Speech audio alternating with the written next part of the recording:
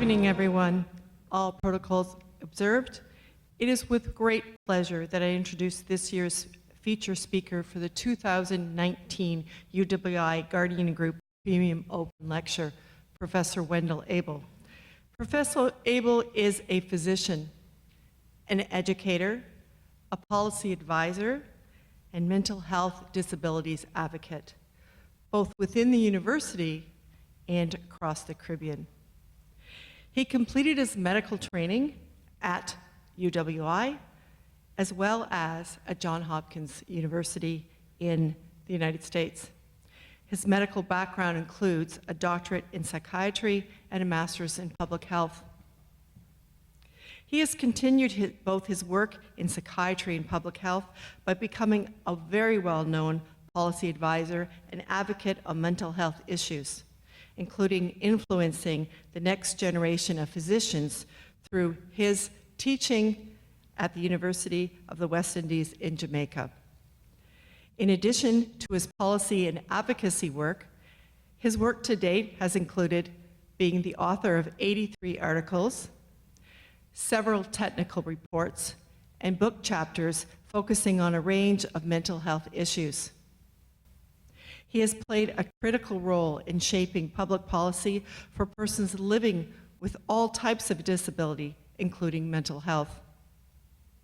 And he has also worked with agencies such as the Organizations of the American States, the Pan American Health Organization, the European Union, and CARICOM, which has allowed for the facilitation of several policy and program initiatives such as the integration of mental health into education. Professor Abel will spend tonight with all of us, providing us a background on mental health issues within the Caribbean and exploring tools that can help our students build resilience. As yesterday's workshop demonstrated, tonight will provide a variety of ideas, tips, and tools that you can use within your own classroom and households. Ladies and gentlemen, I now invite you to participate in tonight's open lecture, Making a Difference in Education, Tackling Mental Health Issues. Professor Abel. Good evening, everyone. It certainly is a pleasure to have been invited here to deliver this lecture. Let me thank Dr. Burns and her team for extending this invitation to me.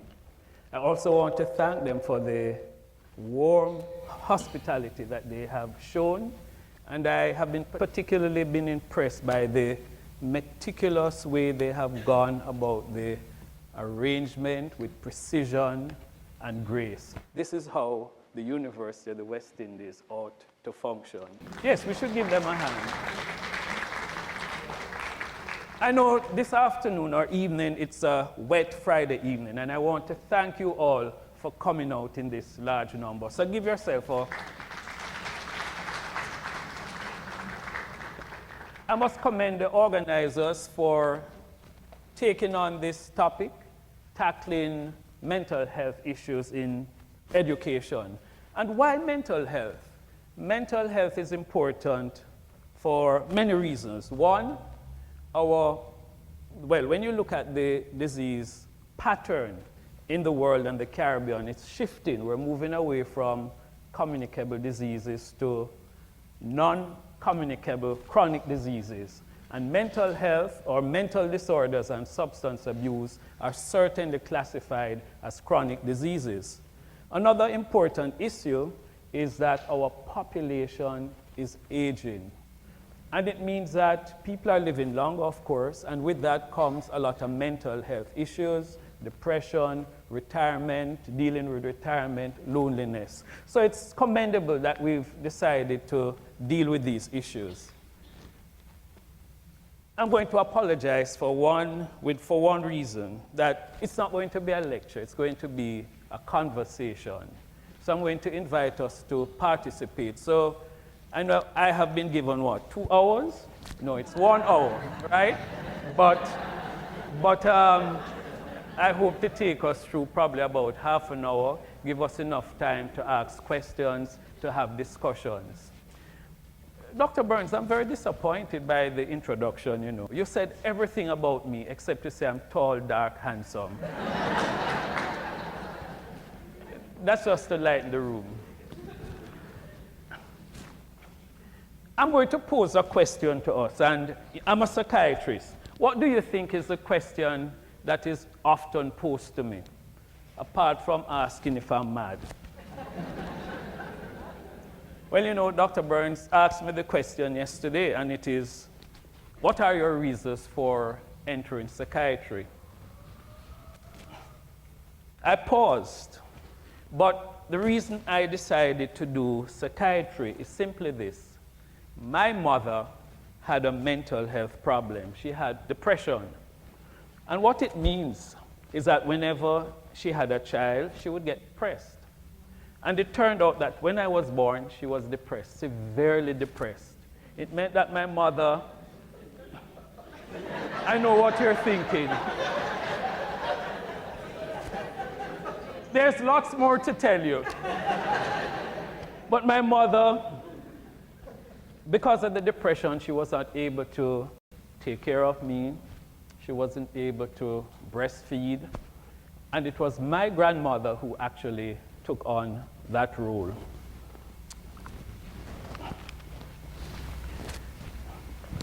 But my mother represents 1 in 4 persons who will struggle with a mental disorder in a lifetime. 1 in 4. I want you to look to your right, look to your left, look in front, look behind. 1 in 4, but don't make any diagnosis. As I have grown older, I recognize that in terms of the causes of mental disorders, there are genetic causes, environmental causes, all impacting on the brain. But my story just didn't end there. My youngest brother, his daughter, was diagnosed with a mental disorder at age 13. So the number is increasing in the family. And it highlights the fact that there's a genetic basis to mental disorders. But there's another factor which is highlighted here, that 50% of mental disorders begin by age 14. And I'm very encouraged to see a number of students who are here this afternoon, and I'll be focusing a lot of my discussion on the young people. I want you to keep attuned with my presentation because I have some stress balls for you.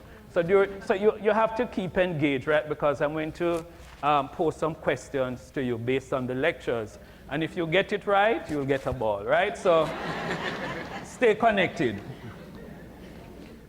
The data also tells us that 50% of cases of mental disorders go untreated.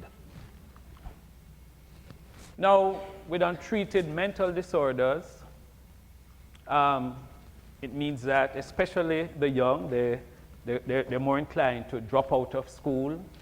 They're at greater risk for alcohol and drug use. That many persons with mental disorders end up in prison. In fact, in the USA, there are more persons in prisons with mental illness.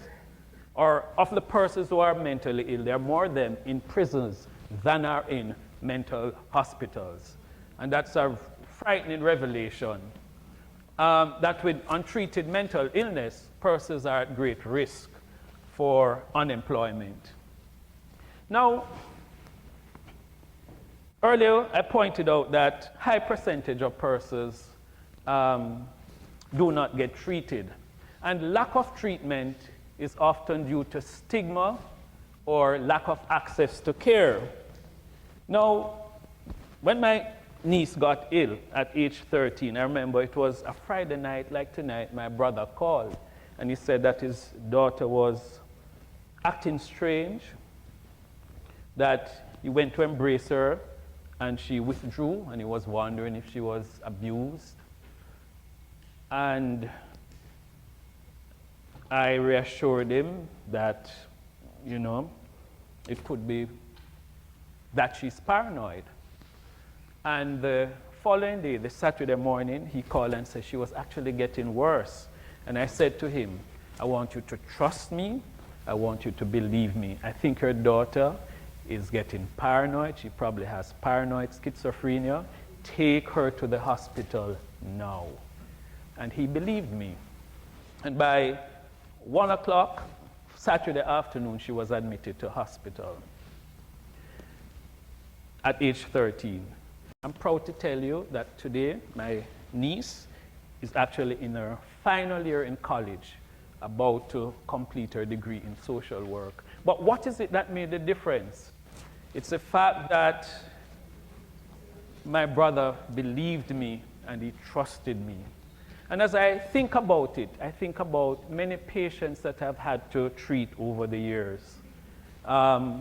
They come in early age with mental disorders. You make a diagnosis and the parents are angry with you. They storm through the door, never come back to you. They curse. How could he make such a diagnosis? Because it's painful, it's difficult. But we have to deal with stigma. And the stigma in regards to mental illness has to do with ignorance.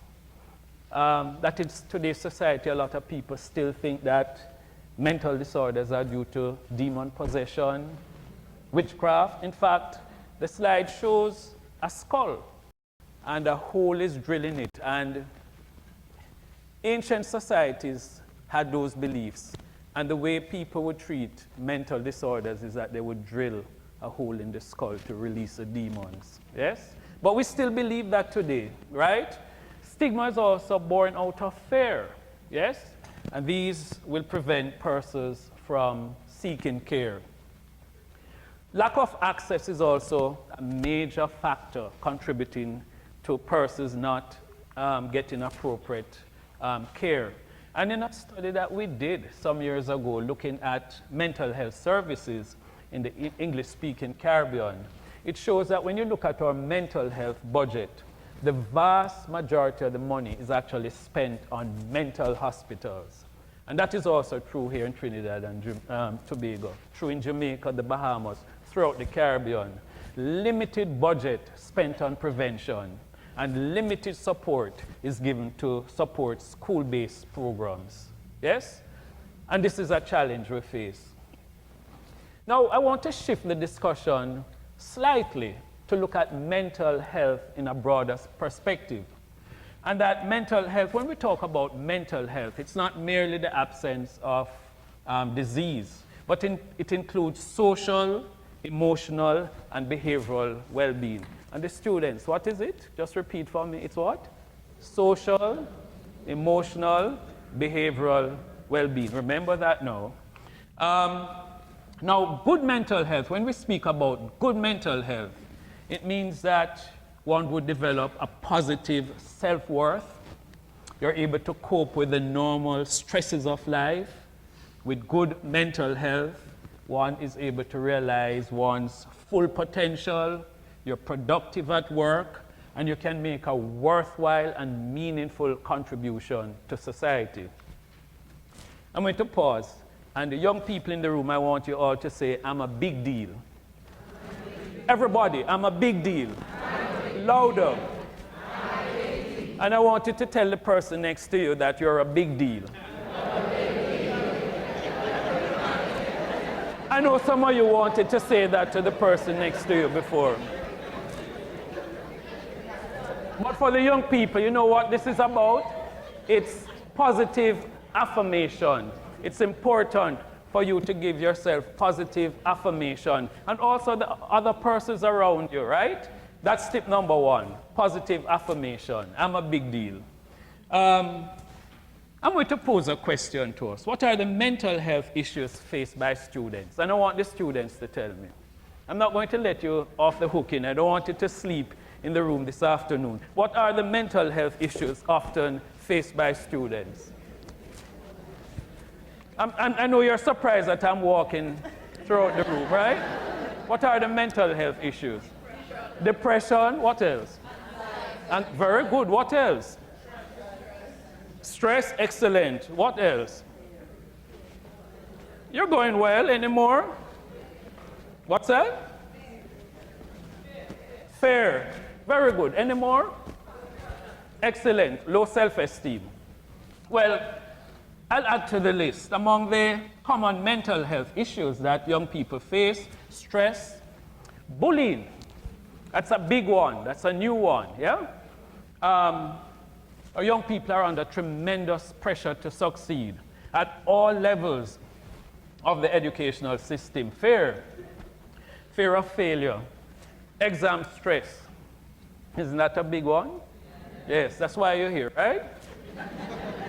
Trauma, depression, drugs and alcohol, grieving associated with loss. I sometimes have to remind people when they come to my office that grieving is a normal, natural reaction.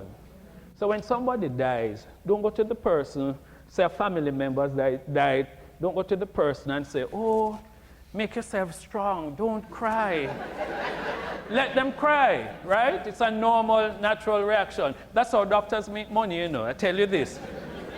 You come to my office and, you know, you observe the patients very well, and it's let's say it's a Christian lady, and I look in her eyes and I see tears. And I say, you know, what a friend we have in Jesus. Help me go along. What's the next line? And you hold it there. And then I say, what a privilege to carry everything to God. And she starts to cry. And you know, depending on the type of, if it's a cry, it's $30 US. If it's, well, in Jamaica we use holler, it's maybe $50. And if it's a ball, then it's about what? You got it. And then I have my tissue in my pocket, I take it out, and I give it to, and they wipe their tears and say, what a good little man. And I extend my hand and I collect. You know it's only a joke, but the point is, grieving we must recognize. It's a natural, normal process. Suicidal behaviors, we have to deal with that in the Caribbean, and I'll get back to that. Although a lot of what we actually see is really self-harm or self-injurious behavior. And I'm going to switch to this quickly, looking at the suicide rates in terms of some selected Caribbean countries. And you see, well, the highest is actually Guyana, right? Trinidad is somewhere in the middle. High suicide rate. Jamaica is 2. But you know, it's after, you know, Jamaica has a low suicide rate, but we have a what? High murder rate. We kill others, we don't kill ourselves.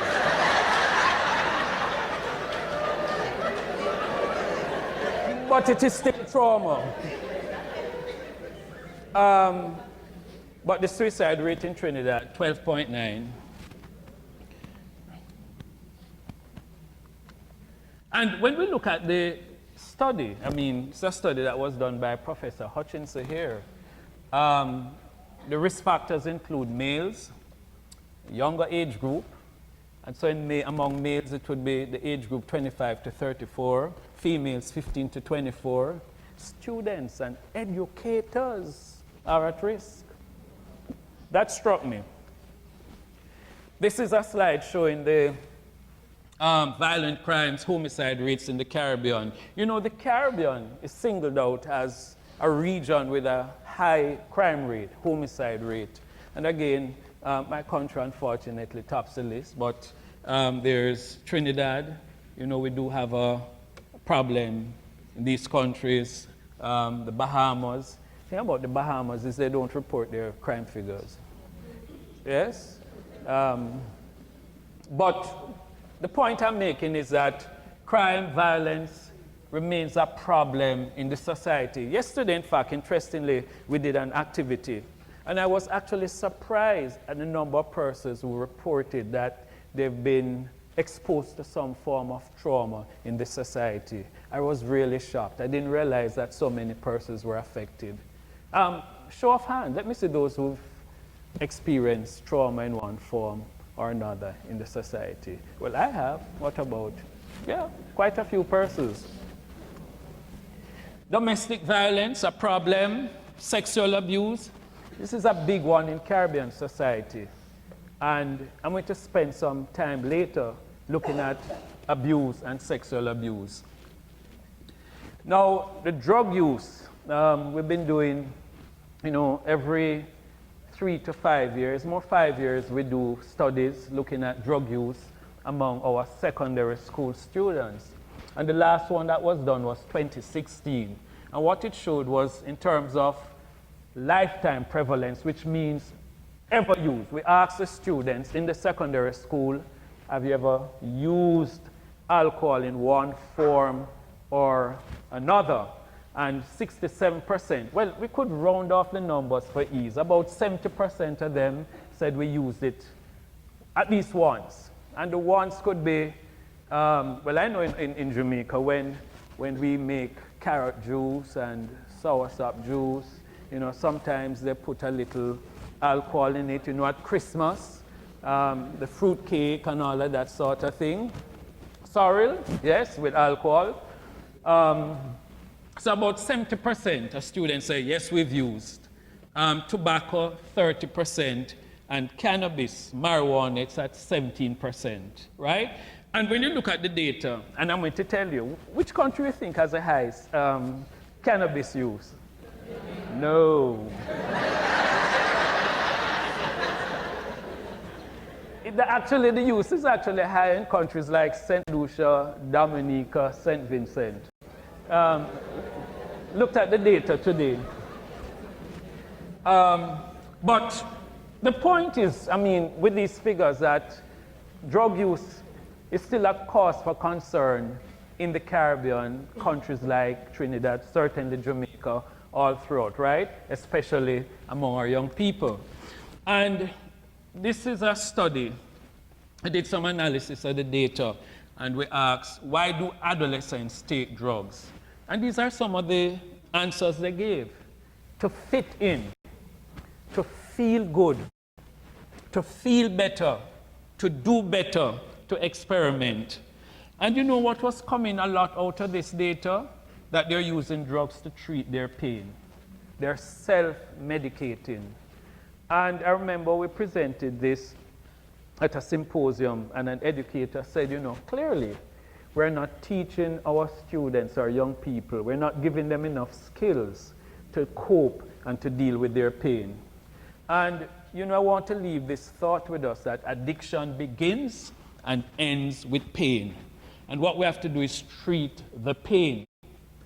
Far too often, parents will come in and they say, my son is using marijuana. Doctor, do something.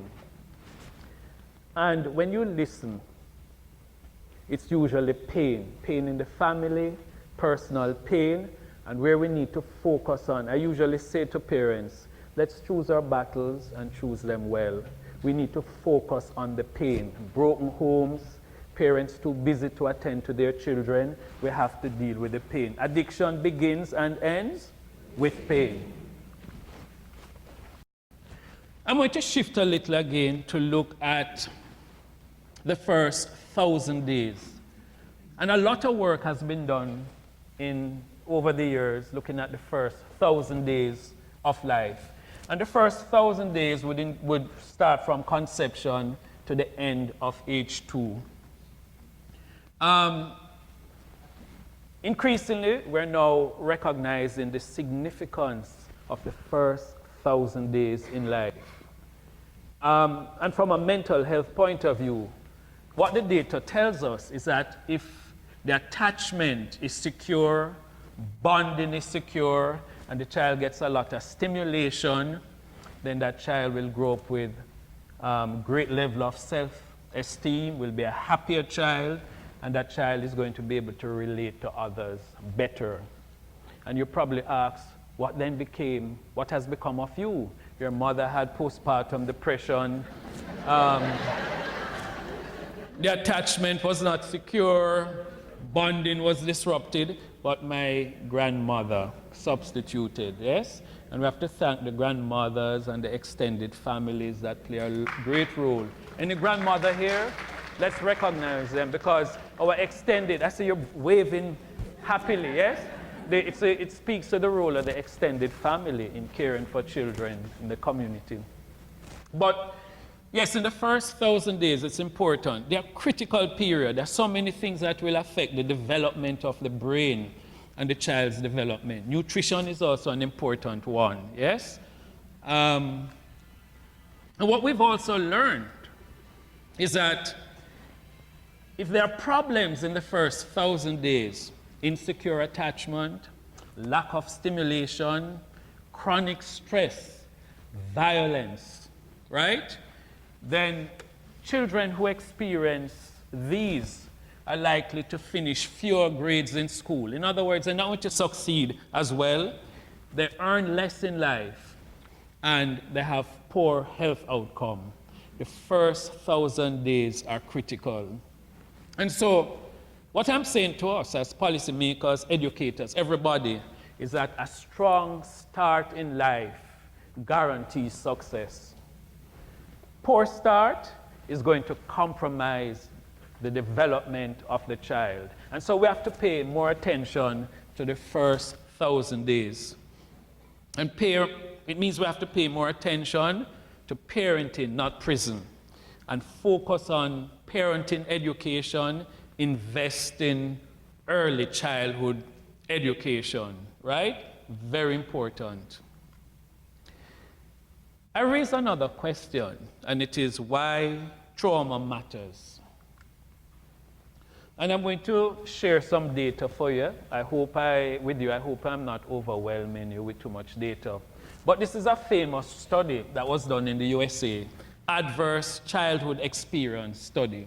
And what they did was they looked at 1,700 adults in the USA, and they were asked about adverse childhood experiences. And what they also looked at was certain life issues, for example, learning challenges, health outcome, mental health issues, and substance abuse. And when we talk about adverse childhood experiences, there are really three types. Abuse, whether it's physical, emotional, sexual abuse, neglect, household dysfunction. So the abuse is emotional, physical, sexual, neglect, emotional or physical neglect.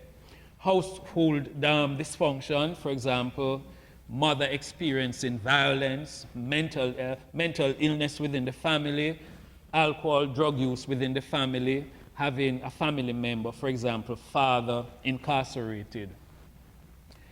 And the findings coming out of this study indicate that children are exposed to a wide range of trauma, and that 59% of the adults were actually exposed to at least one of these adverse childhood experiences. The data also indicate that trauma impacts on life. Wide domain. It affects education, that is exposure to trauma, health, mental health, social function. And that the more trauma children experience, the greater the impact. And we're now beginning to recognize that trauma does in fact affect brain development. Children who are exposed to chronic trauma experience major academic problems, and some of them may actually show a decrease in their IQ.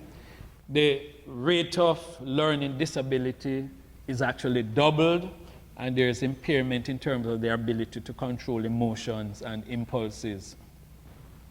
In terms of the relationship between adverse childhood experiences and mental health, that children who are exposed to trauma, lots of trauma, experience behavioral problems, mental health problems such as depression, post-traumatic stress disorder, suicide, use of alcohol, and illicit drugs. And interestingly, these adverse childhood experiences are also linked to later disease. Host of diseases, I'm not going to go through them. High blood pressure, obesity, lung cancer. And they're also linked to premature death before the age of 65.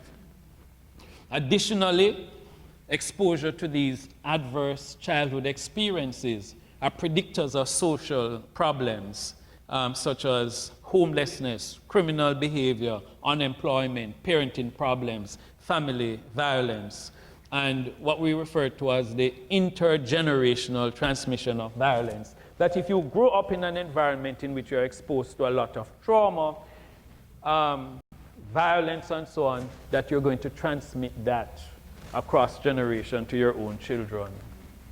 And you know, what we're now finding is that chronic exposure to trauma leads to toxic stress on the brain.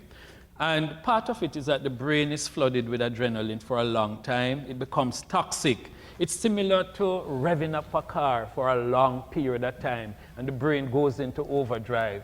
And, you know, we can actually identify areas of the brain that are affected in children who are exposed to chronic trauma. So in societies in which we have high levels of community violence, high levels of sexual abuse, we need to be aware that it's going to impact on the development of the brain of the child. And I'll just touch on this quickly, effects of chronic repeated sexual abuse. In my practice, the most exhausting part of my work is to deal with children who've been exposed to sexual abuse for a long time, you know? And for some of these children, it starts early, and it continues, and it repeats itself over and over again. And that sometimes these individuals are the most difficult to work with because of what trauma does to the brain and does to the individual. Now I take us to the education system because, to a great extent, this is the focus of our conversation this evening. And, you know, the education system is an ideal context for youth intervention.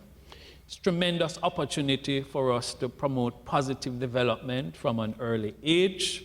The representative from the Ministry of Education highlighted the need for more mental health literacy, that in our schools we need to create a culture of listening and caring. And I'm going to advocate and remind us, I know we've been doing a lot of that in the Caribbean, but I think we need to do more. We need to place greater emphasis on the life skills component in our curriculum to equip our young people with skills to be able to cope and to build their resilience. As an education sector and system, we need to balance that scale, right? Academic achievement versus mental well-being, yes? I think in the Caribbean, we're pressuring our children too much, right? You all agree? Yes. And from an early age, you know, yes? We used to have, at the end of primary school, we used to have what we call the GSAT exam. I think your equivalent is now, yes, but we used to call it giving stress at tender age. They have now changed it. I think you have one for your, somebody mentioned it for the SAE. Anyway, but the point is that we put our children under too much pressure to achieve academically, and we're not investing enough to ensure their well-being. And in the long run, you know, we ask ourselves, does it really matter in the long run? Not necessarily, you know, and we see it repeat itself over and over.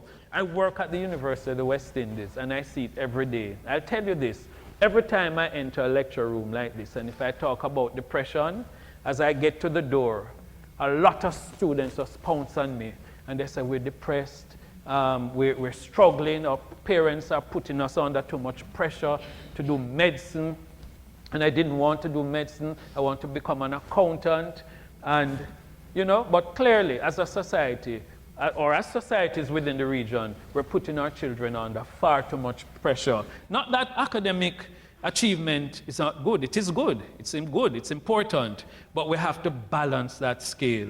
And it's important that we have these conversations. So when we look at mental health in our schools, there are tremendous opportunities in the school.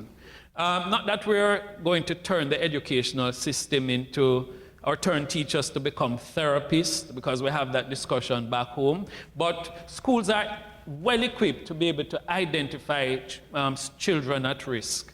In fact, at this time of the year especially, I get most of my referrals from the school system, that teachers, educators, guidance counselors, that when they're adequately trained and prepared, they identify, and teachers are very good at this, yes, very good, to be able to identify at-risk students. But in our school system, I think we need to do more prevention. More resources need to be directed at the school system to strengthen the prevention work, and also to be able to do some basic level in terms of intervention. Of course, for more complicated and difficult cases, what we expect our system to do is to refer.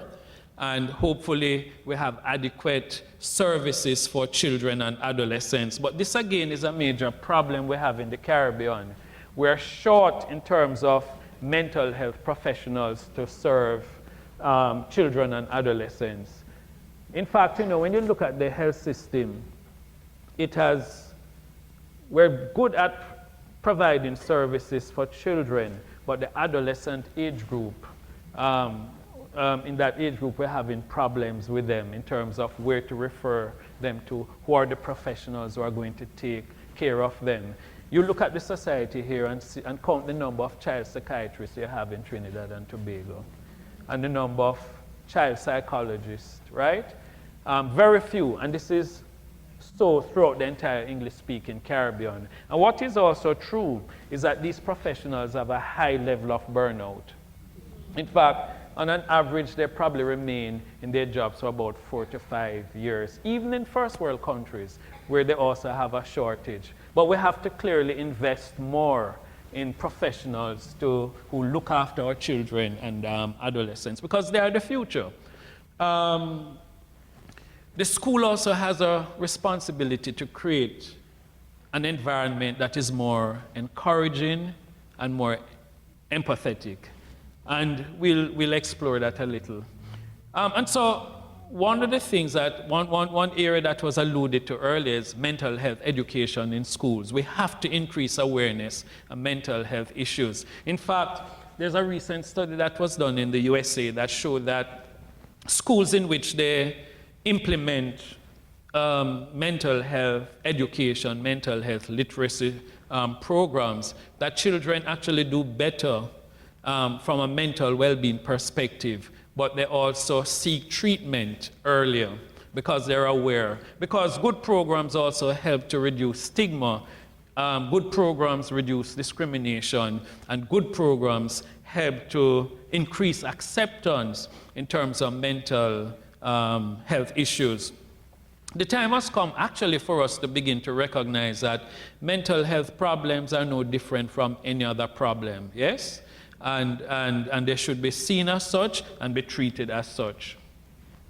That in our school system, recognizing the challenges we face in terms of trauma in the community, trauma in the home, that our school system need to develop a more trauma-informed support system for young people.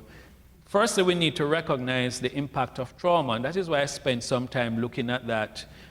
We need to create safe places in our school, safe environment for our students, and to ensure that we do not re-traumatize children. So, for example, if you have, and I've seen this happen in my country, where a child, there may be an incident in the community, and what we do sometimes is bring the students to school in a classroom, and we force them to talk about their experience. It is wrong. In fact, we don't do debriefing anymore. Because what you do, one of the things with trauma is that don't force people to tell their trauma. Don't force people. And one of the things we learn with trauma is that the slower you go, the faster you get there. One of the things with trauma is that when somebody experiences a trauma, the memory of the trauma is actually fragmented in their brain. They can't put it together. So when we force them to tell, when we force person to tell us, it's very difficult for them. Also, that if you enforcing persons to tell their traumatic story, you sometimes re-traumatize them. And if you do it, like if you have a group of children and you're telling them to share what happened, or adults, what you may also do is traumatize the other persons in the room. In fact, a lot of times people sit in my office and they're telling me their traumatic stories. I become traumatized in the process. It's an experience that we call dissociation, where your body, you begin to have an outer body experience. I sometimes, while the person is telling me about the trauma, I feel myself floating in the sky. And I'm not getting crazy or anything like that. But it's trauma is very difficult to deal with, yes? And so the slower you go, the what? Faster you get there. This is a big one. This was triggered by a discussion we had at breakfast this morning. Spare the rod or spoil the child.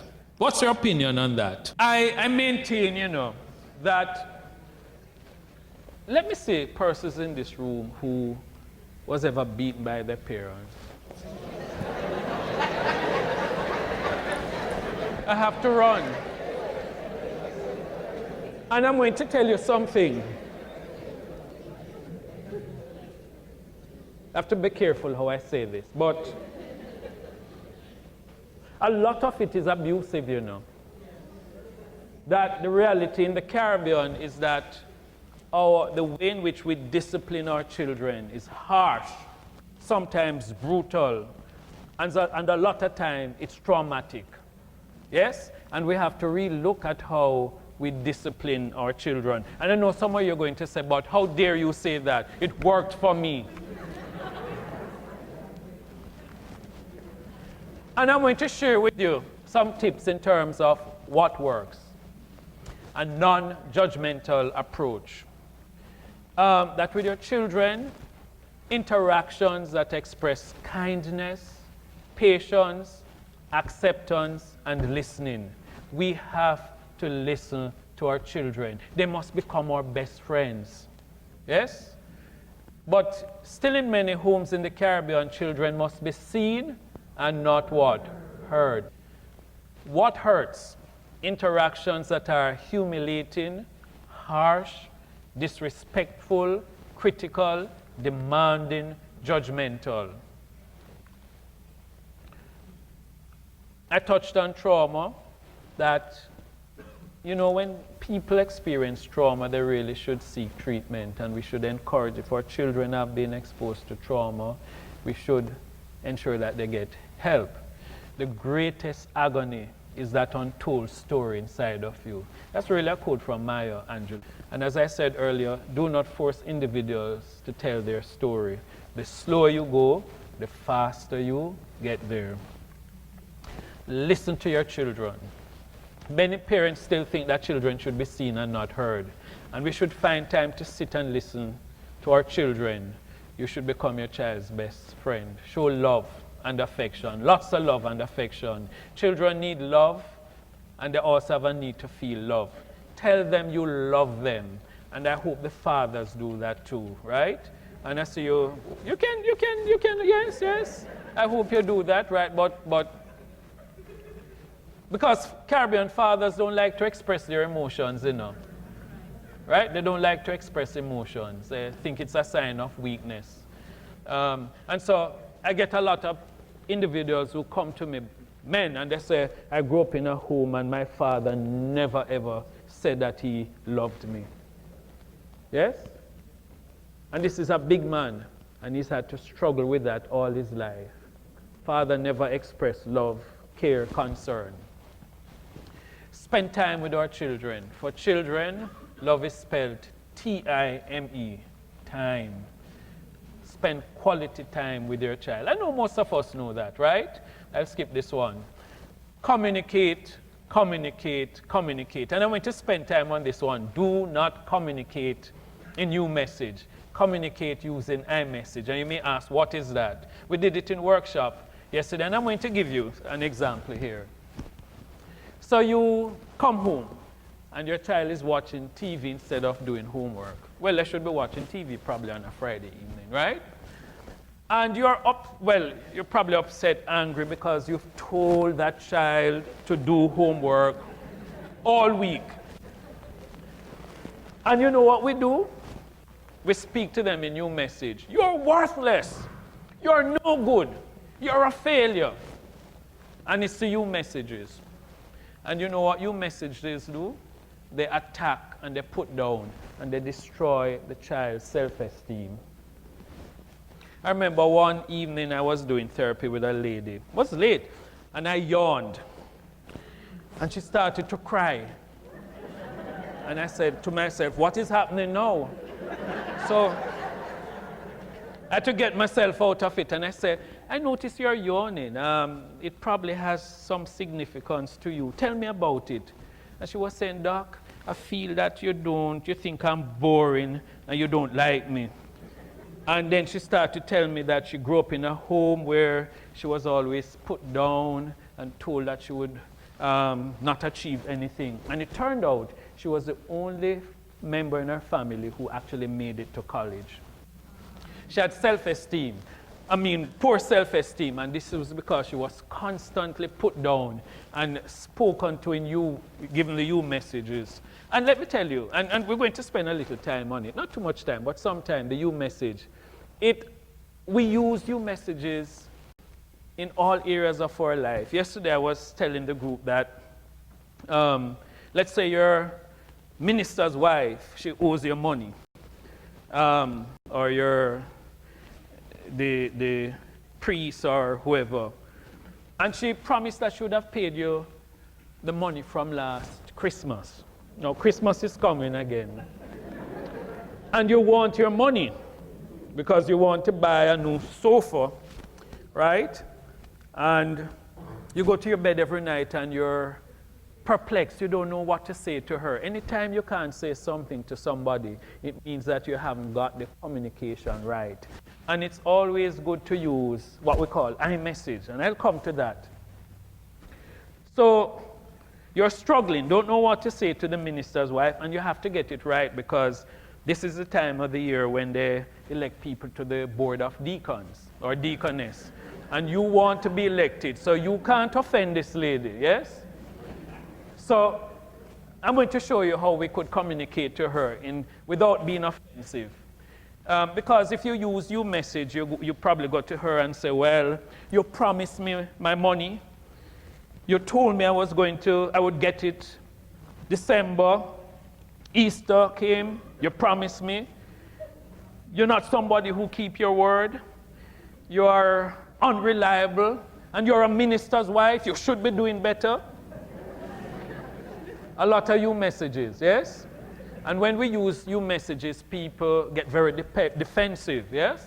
What you need to use is what we call iMessage.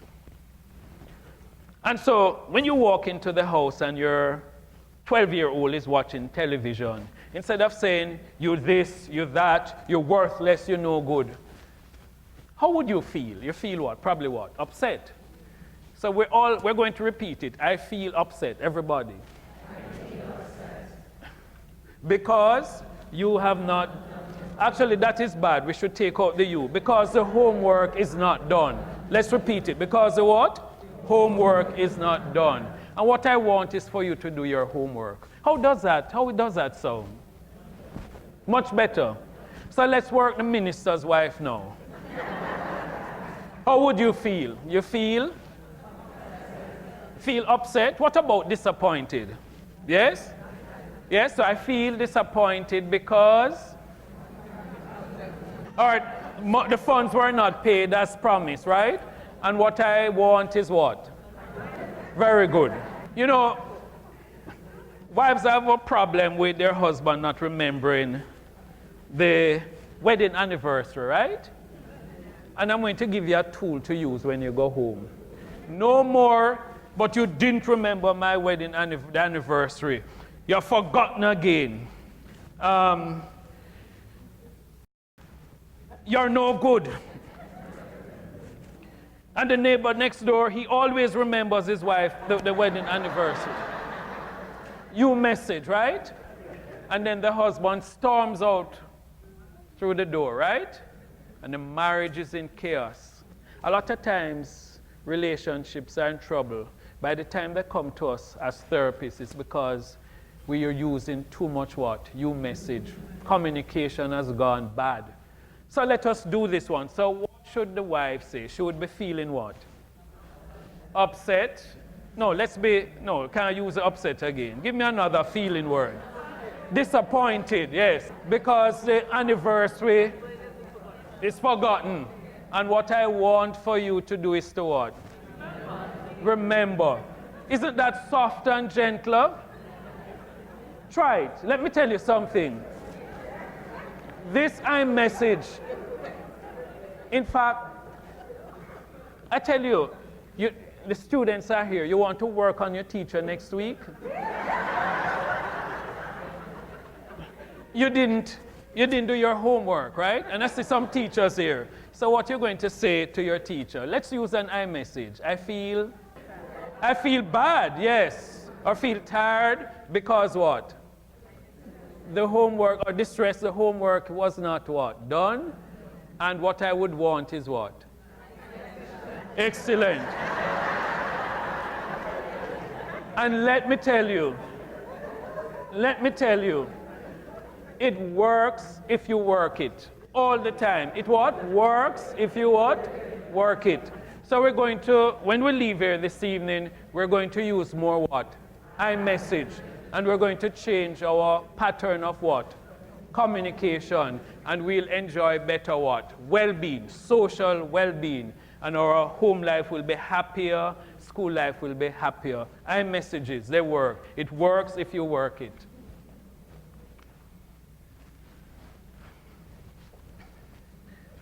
Another important one, we have to remind ourselves, praise your child. Praise your child when they do something good. Do not always respond to the negative. Say things such as, thank you for washing the dishes. That makes me feel proud, and you express your emotions. Or I feel proud when the dishes are washed, and what I want is for you to continue to do that, right? iMessage.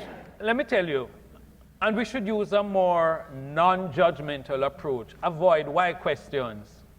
You know, I'll give you a good one. Like when parents bring their children to see me smoking, they suspect they're smoking, and they drag them into the office. And you know the child doesn't want to see the psychiatrist. Psychiatrists are hated, yes? And that child will probably not open up. And I will say, if I can remember once I used a technique silence, and I sat with a student for 45 minutes. She wouldn't speak, and I sat there, and I remained silent. And then after 45 minutes, she started to smile, and then we started to talk. But, so, young man comes into the office, mother suspects that he's smoking marijuana. And I'm not going to say, why are you smoking marijuana? Why questions are bad, they're judgmental. You ask, probably say something like this. You know, many young people have reasons for smoking. And they do. The pain, they have reasons. Yes? And I am interested in hearing your reason or reasons. And I sometimes touch my heart and say, I'm sincerely, honestly interested in hearing what you're saying. And the moment you say that, you're not judgmental, and they open up. Stop the why questions. They're judgmental. Why did you do that? Doctors do it, you know. Patients don't take their medication, and the patient walks in, and you probably experienced that, right? Why didn't you take your medication? And you walk out feeling badly about the experience, and it's because you feel as if you were talking to maybe, we sometimes use the expression primary school teachers, right? But not all primary school teachers do that. But you feel belittled. Why did you not take your medication? Why did the doctor speak to me like that? And what would have made a difference is that the doctor should say, I notice you haven't taken your medication. what are your reasons for not taking them? Because as doctors, we know the majority of patients don't take medication because of side effects. And just asking a question, what are your reasons? The person will not shut down the person as we would if we'd use the why question. What are the reasons? And they'll tell you, doc, I get a headache, I'm itching on my skin, or something like that. Why questions are bad. So the what question, what are the reasons? Good questions. Or the mother who goes into the child's room and she saw a condom, right?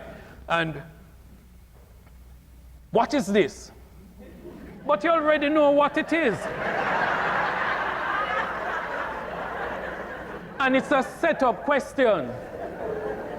Because if the child says it's a condom and it's a harsh style of discipline, the child might get a slap. So the easy way to escape is to say no. And then you're told that you lie. So we should avoid the setup questions. And it could be something like this. I noticed a condom in your room. Can we sit and talk about this? Let's speak to our children. You want me to do this? How are we for time? Deep breathing exercise. So we've got you laughing and so on, right? And sometimes we get very anxious. Like some of you probably get home tonight and you find that you get into your bed and you can't sleep because your thoughts are racing. Ever happened to you? It happens to me all the time, yes? Or I'm anxious, or some people get panic attack. I was telling the group yesterday, for years I would treat panic attack and never appreciated what a panic attack was until I was on an aircraft, and it was on the tarmac for about 45 minutes, and it was getting hot. And I felt as if everything was caving in, and my heart started to race fast. And I was sweating, and my head was expanding. And I was saying to myself, I'm getting a heart attack. And I was about to push the button to call the flight attendant, or I was saying to myself, should I just scream? And something said to me, you're having a panic attack. Ever had that experience? And a voice said to me, good voice.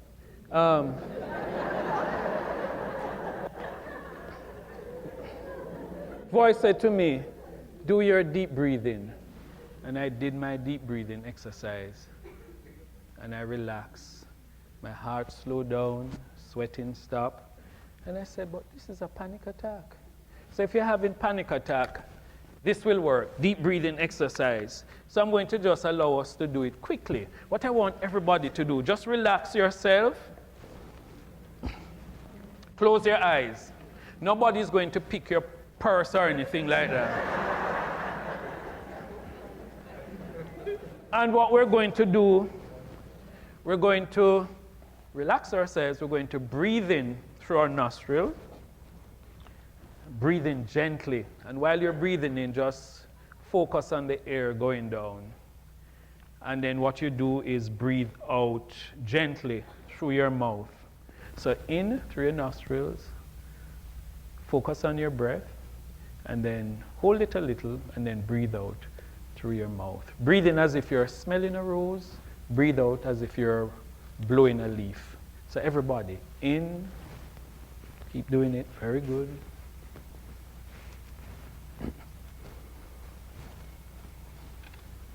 Excellent, very good.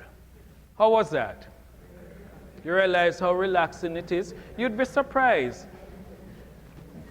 Breathing solves a lot of problems, especially anxiety and so on. So if you have a tendency to be anxious, students before your exam, excellent thing to do. Even during your exam, you can do it a little, right? Stuck in the traffic, practice your deep breathing exercise. It works if you work it. Now, everybody in this room, that's free consultation. You'll pay me $1 for it. That's only. You'll soon know why I have this dollar. Now, for the teachers, there's some excellent resources around, you know. There's actually a site, Teachers Pay Teachers, And I think you have a lot of material you can access. Nowadays, we have a lot of mental health apps. There's an app for everything. And if you go online, you see a lot of mental health apps that we can use. And so, as I come to an end, there's an activity. So I'm going to invite 2 students to come.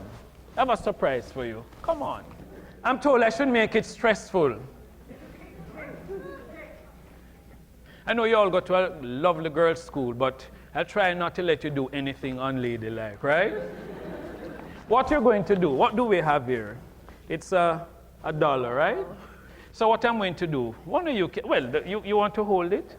And what I'm going to tell you to do, crush it for me. Crush it, hard, crush it. And you're going to throw it to the floor. Yes, and you can stomp on it. Yes. You notice how ladylike it is? She's well brought up. Right? Jump on it. Yes. And so you crush it, you throw it to the floor, stomped it. You want to take it up? I'll take it up for you. And then I want you to look at it. Has it lost its value? No. It hasn't, right? There's a lesson. As young people, no matter how crushed you are, how much you're thrown to the ground, and you're stomped on, you'll never lose your value, right? Let's give them a hand. And for coming, you have a ball each. Thank you. And so, as I come to a close, I just want to remind us, it takes a village to raise a child. And so I'm glad as members of the university community, teachers, educators, parents, friends, we're all here to remind ourselves it takes a village to raise a child. And in closing, let me end with a message from a little boy. And this is it. If I were born with all of my knowledge at birth, I would have said to my parents something like this: as I grow, push, but do not shove. Talk, but do not scream. Teach, but do not lecture. Hold me, but do not pull me. Guide, but do not take my place. And lastly, love me without measure. I thank you.